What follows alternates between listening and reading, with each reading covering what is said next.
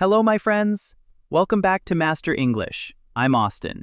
Today, you and I are going to explore dating in English, the conversations, the awkward moments, and small talk.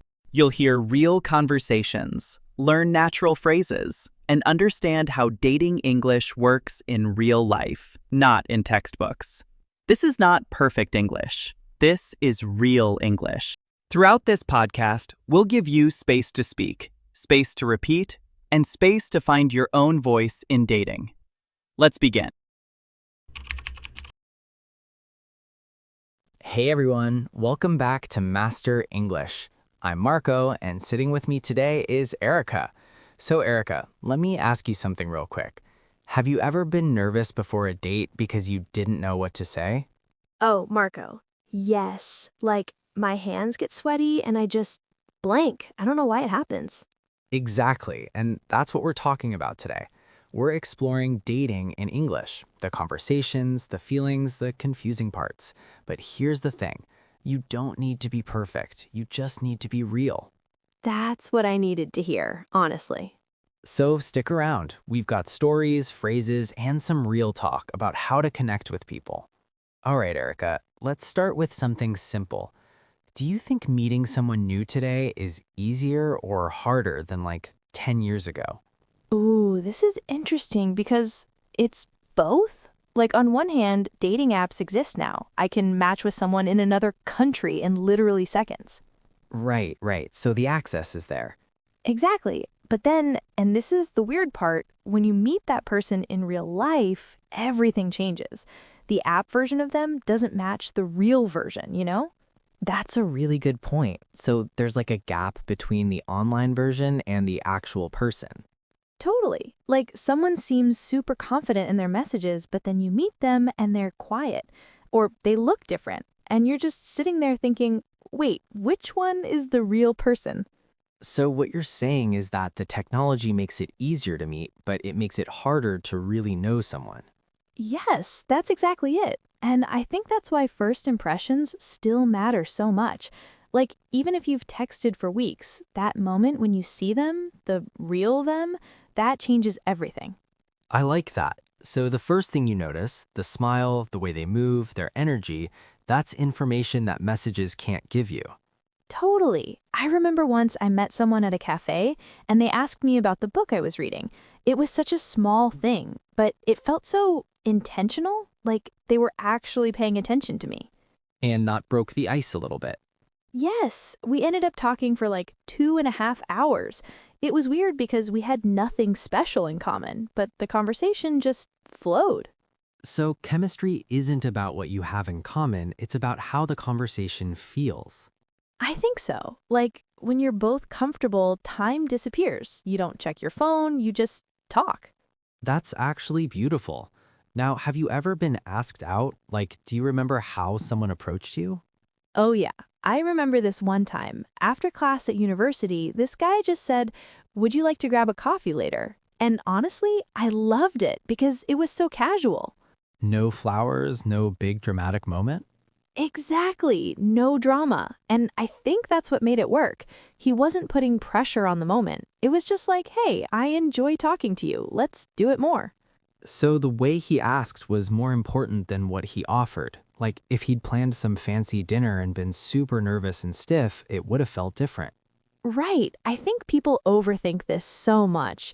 They think they need to have some perfect plan, but really just be relaxed. If you're relaxed, I'm going to relax too. So nervousness spreads, but calmness spreads too. Yeah, like your energy is contagious. I go out with someone who's anxious, I get anxious. I go out with someone chill, I chill out. Okay, so here's another question. What should people talk about on a first date? What are the good topics?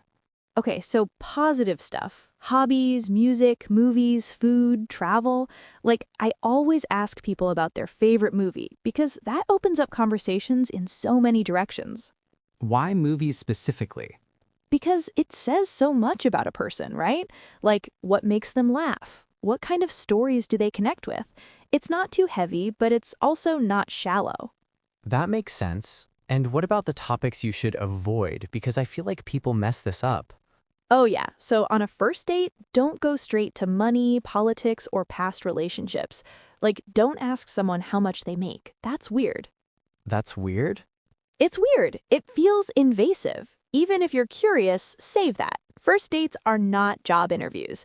You're not trying to interview someone, you're trying to, I don't know, feel them out? I like that phrase, feel them out. That's what you're doing. Exactly. You're checking, do I feel comfortable with this person? Does the conversation feel easy? Do they listen or do they just talk about themselves? Speaking of that, what are some major mistakes people make on dates?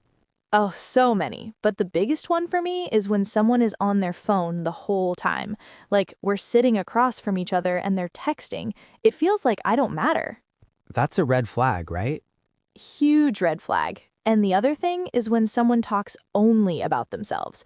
Like, they give you their whole life story, but they don't ask you anything. No questions. That's not a conversation. That's a monologue. So it's one-sided. Completely one-sided. And also, how you treat other people matters. If someone's rude to the waiter or the barista, that tells me everything about their character. So those small interactions reveal who they really are.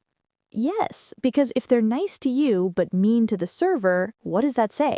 It says they're only nice when they want something. That's a really good point. Okay, so what are the things you should do instead? Be present. Actually listen. Give genuine compliments, but not too many. Like, I like your smile is better than you're so beautiful because it's more specific. It feels more real? Way more real. And it shows you're actually paying attention to who they are, not just how they look. What about after the date? How do you keep things going? Okay, so send a message. Something simple like, I had a really great time today. Don't overthink it. Don't play games? Don't play games. Like the whole wait 3 days to call thing, that's from an old movie. Just be honest. If you had fun, say it. And what if they don't message back? Then they're probably not interested, and that sucks, but it's not personal. Like, you had a good time. They just didn't feel the same spark. It happens. So it's not rejection if you were real about yourself. Exactly. You were yourself. They didn't connect. It doesn't mean something's wrong with you. It just means you're not compatible. And that's actually okay, because you learn from it. Learn what specifically? Like what you actually want in a person, what you're willing to accept, what your boundaries are. Every date teaches you something, even the bad ones. So dating is kind of like self-discovery? I think it is, yeah. Like, I went on dates with people I thought I'd like, but then I realized, oh, I need someone who's more thoughtful, or I need someone who makes me laugh more. Those realizations are valuable. And then when you finally meet someone who checks those boxes, You're ready for it. You're not just grateful they exist, you actually know why you like them. okay, let's break down some of the important phrases we use today. Erica, I want to highlight a few. Yes, let's do it. First one, broke the ice. Erica mentioned that when someone asked her about her book, it broke the ice. What does that mean?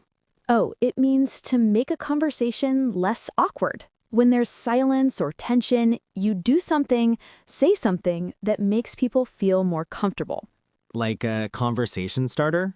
Exactly. Instead of both of you being nervous and quiet, something breaks the awkwardness. Now you're talking.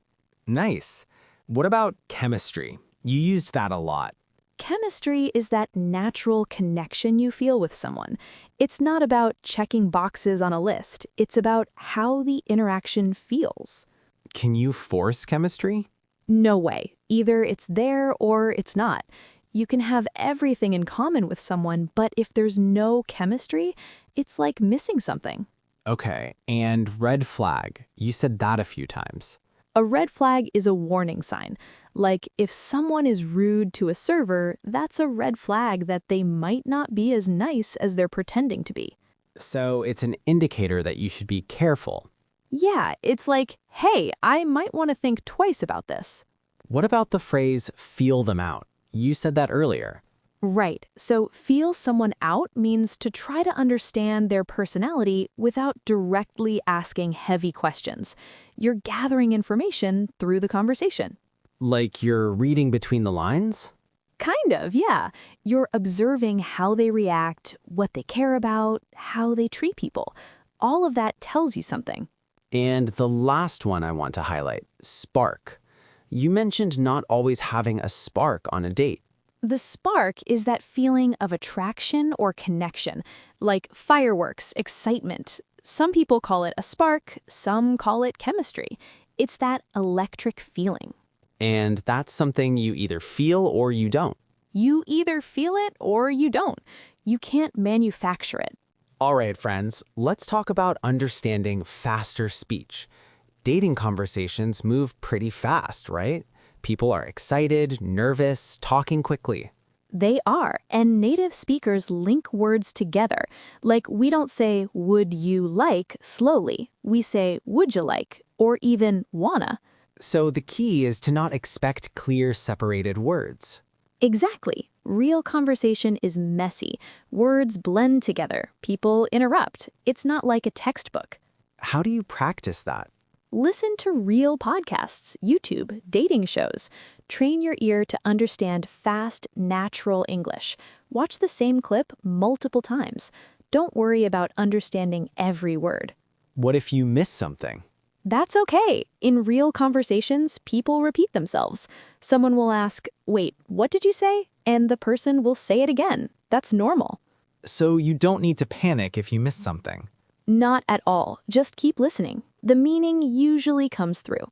Now we're going to do something called shadow practice. This is very helpful for English learners because it makes us pronounce words like native speakers.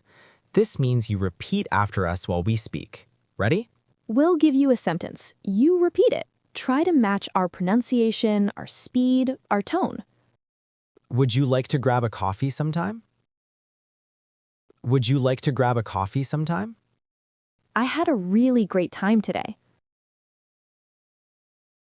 I had a really great time today. You have a great sense of humor. You have a great sense of humor. I really enjoy talking with you. Do you want to walk in the park this weekend? It was nice meeting you. So, Erica, what do you want people to take away from this? I think be yourself. Seriously, the person you're meant to connect with will connect with the real you, not some version you're pretending to be. That's good. And practically speaking? Don't overthink the invitation. Don't stress about the location. Focus on the conversation and the connection. Simple. Simple. And if it doesn't work out, that's not a failure. That's just information. You learned something about yourself. I love that. Thanks for being here and sharing all this, Erica. Thanks for having me. This was fun. All right, everyone. If this episode helped you, please subscribe. Leave a comment about your dating story. Where are you from? What's dating like there? We love reading your comments. And listen, you don't need perfect English to connect with someone. You need honesty. You need kindness. You need to be present. Keep practicing. Keep improving. And remember, English is just a tool. The real work is showing up as your authentic self. Beautifully said. Thank you all for listening. See you in the next episode. Take care.